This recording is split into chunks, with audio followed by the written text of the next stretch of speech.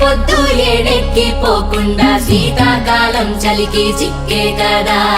చెట్టు కొమ్మ పువ్వు గాలేదో వియంగా ఎల్లమ్మ పాదాలే మొక్కే కదా దొరికిందే దారంటూ చెరిగిందే గీతంటూ దొరగారి దారేదో మారేదిలా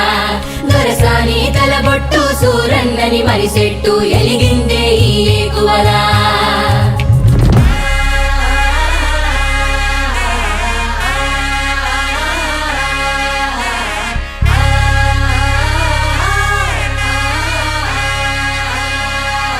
చిరంజీవి పృథ్వీకి